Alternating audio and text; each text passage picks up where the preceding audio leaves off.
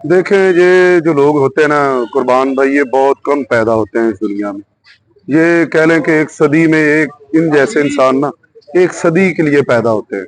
और ये लोग ऐसे थे कि जो अपने गम छुपा के लोगों के गम दूर किए हैं हमेशा, अपनी प्रॉब्लम छुपा के लोगों के मसले हल किए हैं, अपनी नींद खराब करके लोगों की खिदमत की है, रोते हुए चेहरों पे हंसी लाए हैं ये लोग। इन्होंने अपना घर बार छोड़ा है सिर्फ खिदमत खल्क के लिए।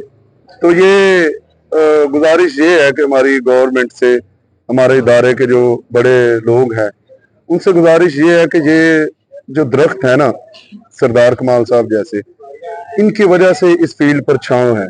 तो खुदारा इन दरख्तों की हिफाजत कीजिए ताकि इन लोगों की छांव हमारी फील्ड पर रहे।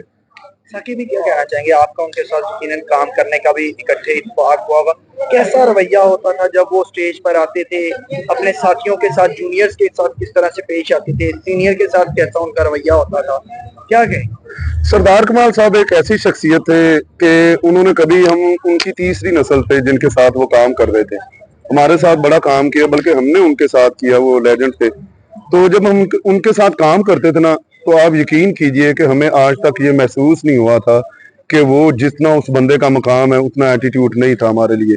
वो हमारे साथ ऐसे ही रहते थे जैसे एक भाई रहता है, दोस्त रहता है, हमें अप्रिशिएट करते थे।